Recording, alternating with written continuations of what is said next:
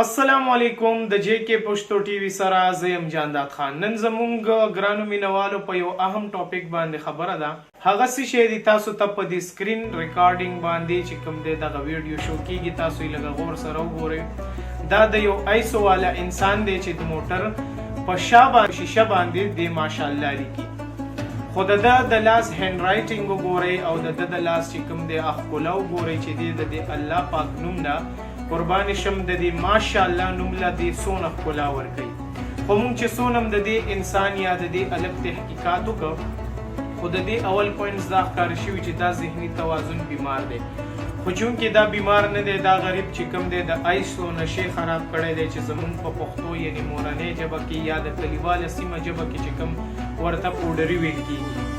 دغه ایسو زندگی دا وګورئ څونه ښکلی انسان د هغه دا هند رائټینګ وګورئ چې د دې موټر په بیک سایډ چې کومه وروستنۍ شیشه ده په هغې باندې دی چې کوم دی ماشاءالله لیکي. نو په هغې باندې دوړه پرته ده او دې وله چې کوم دی په دې ګوته باندې څونه ښکلی هند رائټینګ جوړوي. مطلب هغه د دې لاس چې کوم هند رائټینګ وي د دې لاس کومه لیکۍ وي کوم ښایست دی نو هغه دې ماشاءالله دپاره ورکوي.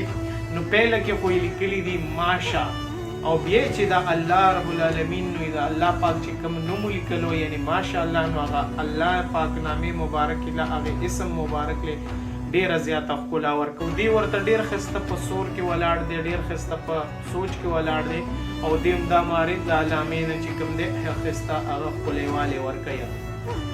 د دې موټر چې کوم بیک سایډ د راخستی دی دا یو خپل سوچ یې پې وکړو د الله پاک نوم باندې او هغه چې کوم دی ماشاءالله ولیکل.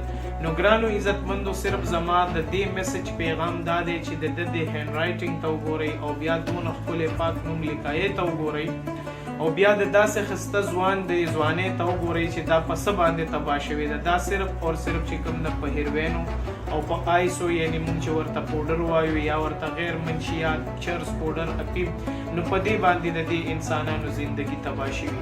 چونکې انسان نه غواړي چې زه داسې وکړم خو څو حالات پې راشي داسې څه مجبوري پې راشي چې د هغې د وجې چې کوم دی دوی ته ډېر غټ نقصان ورسېږي.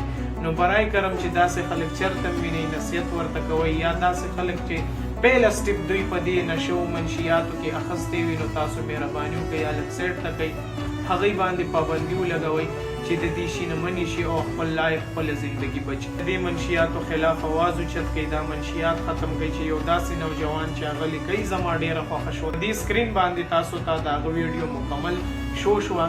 برای کرم مال راکړئ اجازت چې چېرته مې خوشحال آباد اوسئ او بریالي اوسئ. خو لیکن دغه میسج یاد وساتئ د داسې خلکو مدد ضرور وکړئ او دا ویډیو مخکې شیر کړئ. الله پامان. السلام علیکم.